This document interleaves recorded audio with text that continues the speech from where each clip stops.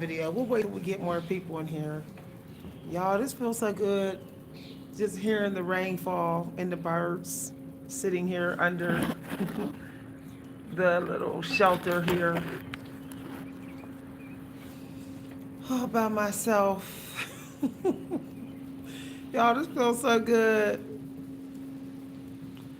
It's a rainy day, it's a chilly day, but I really enjoy this quiet, y'all. Looking at all that green in the rain, drizzling rain coming down.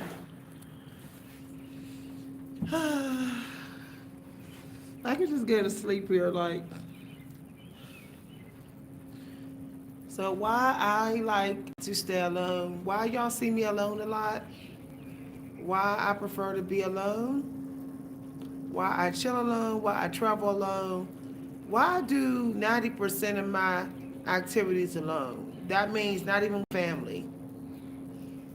And I'm gonna talk about this in a minute, y'all, but some of y'all may not know, but I'm really an introvert, if you want to call it an introvert. Talking to different people everywhere, being a social butterfly is super exhausting for me because people always dump their energy on me in different ways. So when I'm not on YouTube, y'all, I don't really be talking all like that. I be like real laid back and just rolling by myself, and I don't really be talking up a storm out here. I might say a couple words to people if they say hi, but that's it. And here's the reason. Some of us are receivers. Some of us are highly energy sensitive people. And I'm one of those people. I also am somebody who's not critical of other people. But a lot of people are critical of other people. And I really don't like how critical society has gotten. How nitpicky everybody is about hair, looks, skin color, body shape. It's toxic, and I don't want to be exposed to that type of energy. Like, even when people don't say it out loud, you can sense that they're sizing you up, that they're critiquing you. You can see how someone's eyes are roaming over you or what they're studying about you rather than listening to what you're saying. And I find that a lot of people are too busy monitoring the growth of their neighbors, monitoring the growth of strangers, rather than actually enjoying a healthy conversation with that person and actually listening and vibing. Too many people are stuck in comparison energy. They're looking at people and then trying to think what that person need without even asking that person what they need. Giving out unsolicited advice. So many people are playing mommy, daddy, teacher to random people rather than just simply just vibing. It's like you can't even talk about what you're going through without somebody immediately rushing in and acting like they're your mom and your dad. Like, it's like, wow. It's like, where's the sympathy and compassion? People just go like bypass that. I don't know if y'all can see me. I don't even know how many people are in here. Hold on, y'all. I'll be back in 1 second. So I guess they blocking my live videos, y'all, because there's no way I should have two people in this live video. So they obviously, I don't know, shadow banning my live videos or something. I don't know. But I'm telling y'all, we're not getting nowhere near as much alone time that we think we're getting. Some of y'all are saying y'all alone, but y'all ain't. If y'all surfing these apps all the time, y'all ain't really alone like that. Like, it's like I feel like we are too busy trying to have ghosts in our presence, and it's the ghosts of people online rather than just chill. I even see it here. Like, I see a lot of people in pairs here at the park, all paired up, all teamed up. And it's like, how come I don't never see nobody just chilling by themselves here? They're either like walking all the way through this park or they paired up. And it's like really sad. It's really, really sad, y'all. Like, there's not a lot of people in this video, coming in this video right now, because a lot of people are video hopping. A lot of people are just going like this right now. At this time of day, a lot of people doing this with their finger. And it's like they're looking for a distraction rather than like be like, I'm cool. I'm just going to chill. Like, I wonder when we're going to get back, when people going to get back to that. I'm alone because people don't know how to just chill. Every time I try to hang out with people, they want to sit on their phone. They want to talk to so many different people out in these streets. They want to treat me like they're unpaid therapists. They want to critique me. They want to give me unsolicited advice. And it's like, all of that is just toxic. Like, when I go to talk about art, they don't want to talk about art. When I want to talk about starting a business or doing something together, collabing on something, they don't want to talk about that. They want to talk about how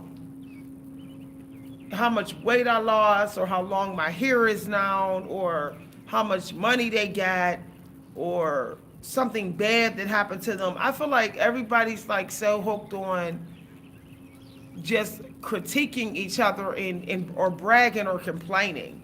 It's bragging, complaining, and critiquing. And it's like there's other things to talk about. Like, we can talk about the new museum, like the exhibit that's going on at the museum. We could talk about that vacation that we always want to take, or our current art project, or the latest band or concert that's coming in town. We could talk about like what game we want to play. We could play cards. We could play old-fashioned games. Don't nobody want to do none of that. Just run their damn mouth just to find a way to get energy. I think people are getting addicted to sucking energy out of people, rather than just stop doing what's draining their energy. Just like leave your job if it's draining your energy. Don't try to harvest energy everywhere else when you're off on your days off. But I feel like that's what people are doing. I feel like that's exactly what people are doing. Like, they're like, oh, my boss drained me. Time to call somebody up and get some energy. Time to trauma dump. Time to complain. Time to brag. Time to prove that I'm wiser. Time to give unsolicited advice so I can get empowered. I was reading this lady's comment on Quora yesterday, and she said that they did a scientific study. There was a scientific study in which they hooked up wires, I guess nerve wires and brain wires, to two people. And one person gave unsolicited advice. And the wires was able to tell the doctors who was happier, who felt emotionally fulfilled. And it was the person who was given the unsolicited advice. Now, we are living in a world where so many people are doing that. It's like if they can't do that, they don't even want to talk to you. We're living in a world where majority of society is playing Mr. Fix-It and Mrs. Fix-It. It's like, oh, I'm not going to get married. I'm not going to have a child. I'm just going to go out in these streets and YouTube streets and fix everybody. I'll just try to fix everybody. I'll play mama, dad, husband, wife, sister, brother, friend, therapist to everybody, so I don't ever have to get married or have a kid. I really think that people are like, I can't get emotional fulfillment creatively because I'm blocked. So I'll just go out here and I'll get emotional fulfillment by overstepping somebody's boundaries. People think that that's dealing with their artistic blocks or their short attention span. Crossing other people's boundaries, that's not a healthy way to deal with your short attention span. Like, it's like really sad, that I've actually like said to people on this channel, yeah, join me for some watercolor painting, some drawing, some poetry writing, some literary art projects, and like hardly nobody show up in the live video.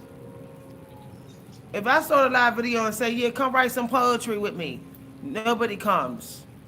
If I say, I got a poetry prompt, I got an outline for y'all, you want to write a poem with me, nobody comes. But let me start a live video complaining, pointing fingers. Let me give a download about how negative society is. Let me go ahead and do a live video talking about my family toxicity or trauma, and that video will be packed with people. Packed with people. And it's scary that that society is starting to get addicted to low vibrational, low energetic discussions. It's crazy that people are hooked on that more than reading literature, more than experimenting with art, more than going for a quiet hike with no YouTube on. It's scary that don't nobody do that no more. That the walking path trails are so empty all the time. No matter where you go, they empty. It'd be like one or two people. Like, that's actually scary, y'all. The fact that people are signing up to be zombies. Just want brains. That's it. But don't want creative energy. Don't want some just long periods of quiet, of laughter. Don't even want laughter, y'all. The comedy shows on TV is struggling. The comedians, you don't see the comedians doing a lot of big shows anymore. Because don't nobody even care about laughing. People just want to rant, rave, and cry, and complain, and brag, and one up, and one down. It's really exhausting. People can't even be in your presence for 5 minutes without flipping into one of those energies I mentioned. One up, one down, more of a mess, or better off than you, or no better than you, or need to correct you, and they don't need corrected.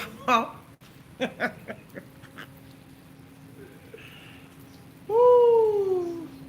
I went to an art therapy class, and there was like 3 people in there. I felt so sad for the teacher. This was offline. There was 3 people in there. The teacher didn't really have nobody to teach. And me and my friend was just like, where's the rest of the people? The lady was like, not too many people come. I said, because what do they need to come? They just go online and trauma dump. They just walk up to random strangers, talk about the weather for 2 minutes, and then trauma dump. It's like literally crazy. And then if you show that you're gifted in some creativity, people want to get jealous.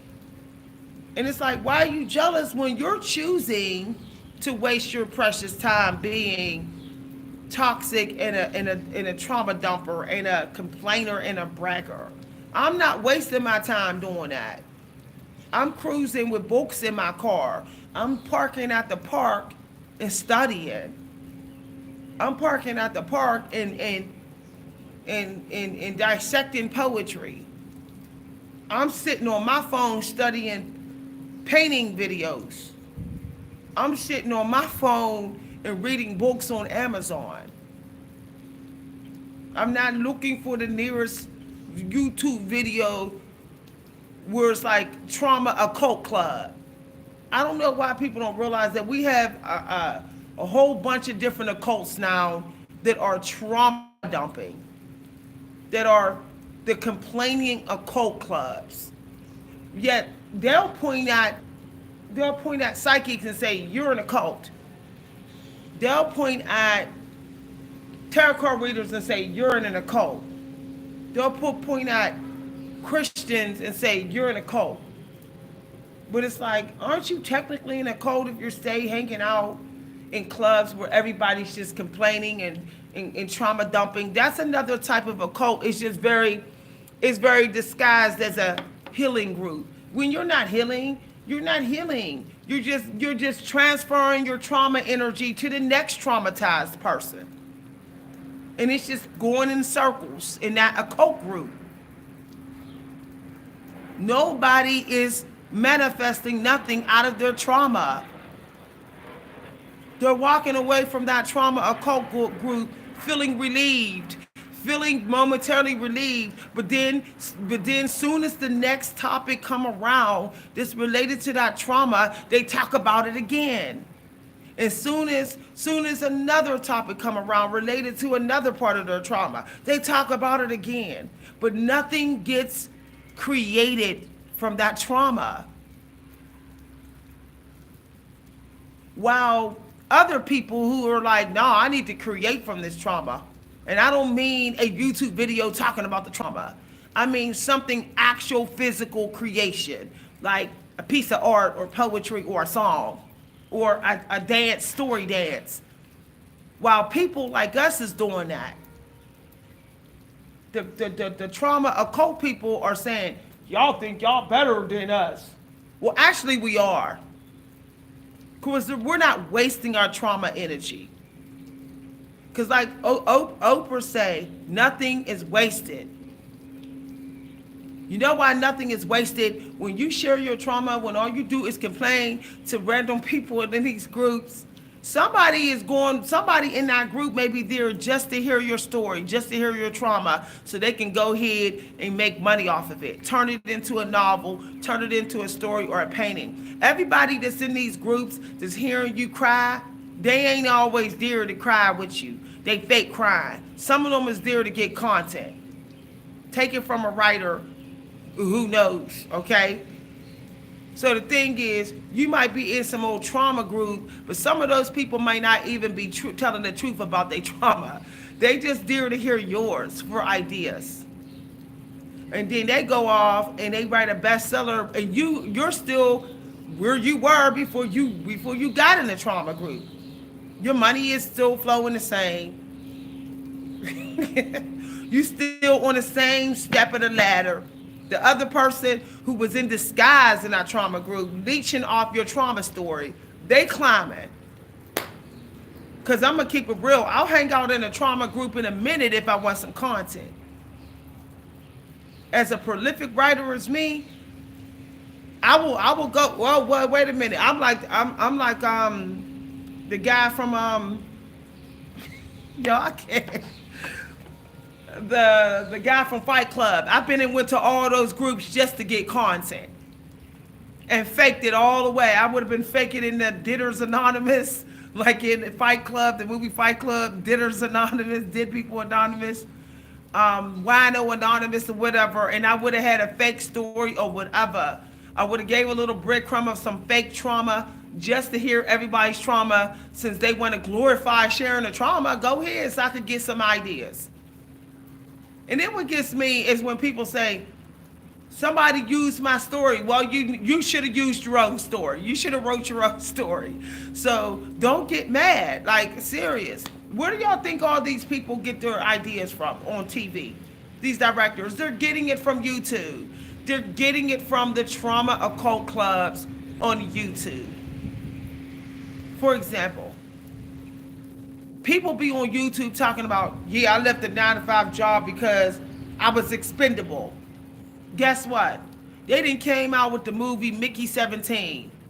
And that is literally a spoof off the whole discussion about being expendable in the 9-to-5 job. But somebody took that subject and did what if to it, the what if exercise, and came up with a brilliant storyline for being a person who's expendable, where every time you go to work, you're just like another robot copy of yourself. So basically, somebody might have said that in some of the comments on YouTube. Somebody might have said, yeah, every time I go to my 9-to-5 job, I'm expendable. I feel like I'm just a copy of a copy of a copy of myself. And then somebody who's a director read that comment and wrote that movie, Mickey 17, that screenplay, and then made it into a movie. So this is what I'm saying, y'all. Your life is gold. Your life is gold. So instead of hanging around people and running your mouth about your life, you need to sit to be like, okay, I'm here to have fun with you. I'm not here to give you my gold. If you want to be in my business, then you want to be in the business of making money off my business, off my personal business. You want to make money with me. You want to work on something with this personal business of mine. Otherwise, I'm not sharing my personal business. We're going to play cards. We're going to play battleship. We're going to play jump rope. We're going to race. We're going to go on races. We're going to go on peaceful, quiet hikes. We're going to do some drawing. We're going to do some prayers. We're going to do some affirmations. We're going to do some purging and some cleaning and some grocery shopping. But what we ain't going to do is exchange personal stories. Now, you can exchange your personal story with me, but don't complain when I go off and get money off of it. But I'm not sharing my personal story with you. And this is what I'm telling people. If you're still getting the same money, if you're still getting the same money and same success that you've always been getting, then you need to drop out all these different occult clubs. The ones that's telling you the same information in 10 different ways. That's wasting the time. Because do y'all know the energy of trauma, it ages, it gets old. And while you're still connected, attached to that trauma, that's when you're able to become abundant, really abundant off of it. But when you're going from like person to person, wasting your time, talking about stuff that's just catering to their energy, and you're hearing the same lesson 10,000 different ways, that trauma energy is becoming, it's the energy, your emotional connection to it starts to fade. And then when you sit down and try to write that bestseller based upon your trauma, you're not interested. You're not interested. You're like, I don't want to talk about my deadbeat crackhead daddy. I'm over it. See what I'm saying? First of all, don't get over your trauma until you get some money off of it. Like literally. Great writers like me, we know this. We know this. If I would have left the funeral home when my dad died and prayed it out and went to church and just cried it out and stomped and prayed it out, I would have never wrote one of my best poems that I got paid for. Like I literally got paid for writing the poem I wrote about picking up my dad's ashes. I would have never got that poem published multiple times. It would have never been featured and quoted by a publisher. Okay, it would have never got nominated for several prizes and won in a contest on another site. If I would have just called up a friend and started crying about my deadbeat daddy's ashes, I would have never wrote that poem, because I would have already decreased the emotional attachment towards the experience, to the experience.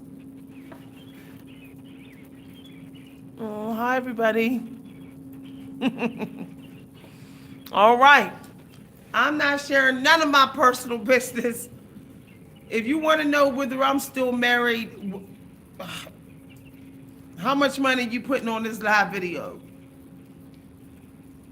Because my life is too abundant. No one has lived my life like poet Robert Haas said.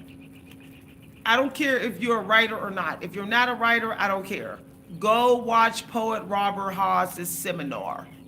Look him up, and he's talking to writers, and he's saying, if you think that you can't write great, you're wrong, because no one has lived your life. No one. Your life is the key to wealth. Your experiences, your memories, your dreams, your heartache, the things that you dwell about, the things that you complain about in the dark, your dark, deep, dark secrets, your pain, your secret pain, the hell you raise in your mind that you don't let nobody hear, the things you wish you would have said to that racist cop, the things you wish you would have said to your perverted school teacher who kept rubbing on you while talking to you, the things you wish you would have said to your fake A mother-in-law, okay? The things you wish you would have said to the guy who told you you was more than a booty call but never called you back. The point that I'm making is that the realities that you are existing in are extended to the realities that you imagine. And then those are also extended to other realities that you imagine from that imagination. And it all adds up to piles of gold for you. Okay?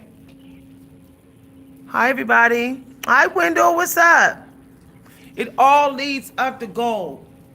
But if you are constantly just telling people your personal business, your imagination is not going to feel compelled to come into being with whatever your memories and trauma and experiences are.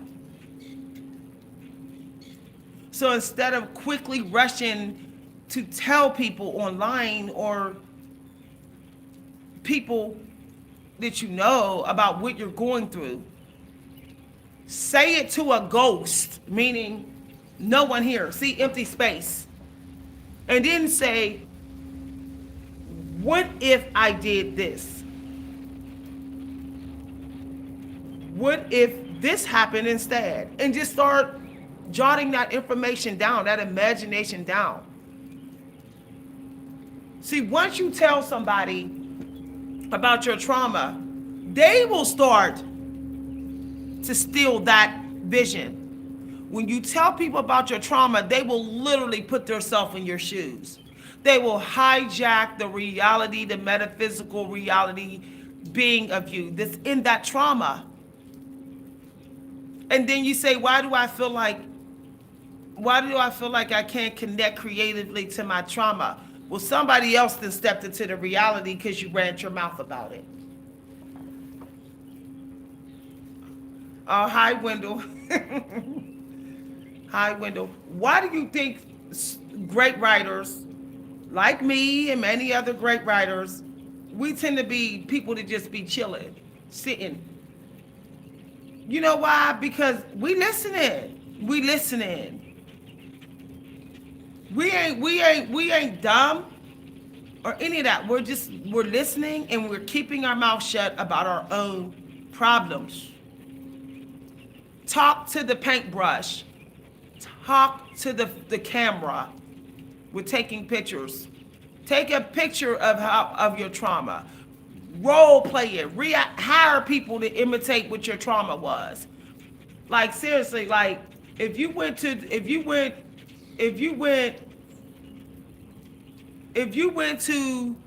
learn how to do something artistic, okay? With trauma. Now, what about the end resolve of that? Some people say, well, I don't want to talk about my trauma. Like, I don't want to talk about how I got beat up. I don't want to do art about how I got beat up. Okay, then do art about what happened after you got beat up. You don't want to create, you don't want to invent nothing related to what happened to you, then invent something that's related to what happened after that. So for example, when I couldn't write about my mother's death, I was like, I just can't, I just can't right now. I said, I still want to keep hold of that trauma. I don't want to lose it because it's still abundant. There's going to come a time where I'm going to write about the day my mother died. But until then, I can always write about what happened after she died. I could write about my life after my mother died. What if you actually created something all about the year after you lost something special to you. So let's say you always had a car. Your car went down. What was the year like after you didn't have no car?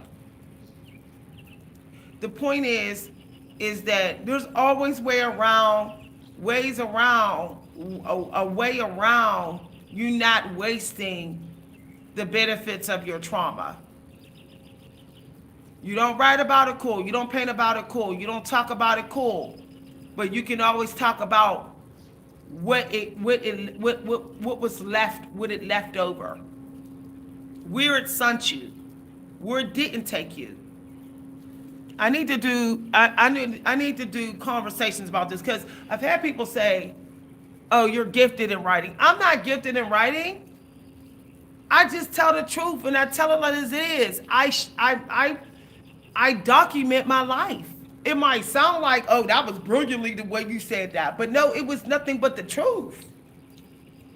Of course, it's gonna come out brilliant because it's the truth. It's the truth about what happened when I picked up my dad's ashes. It's about how I saw those ashes. You sat the box of ashes on the table.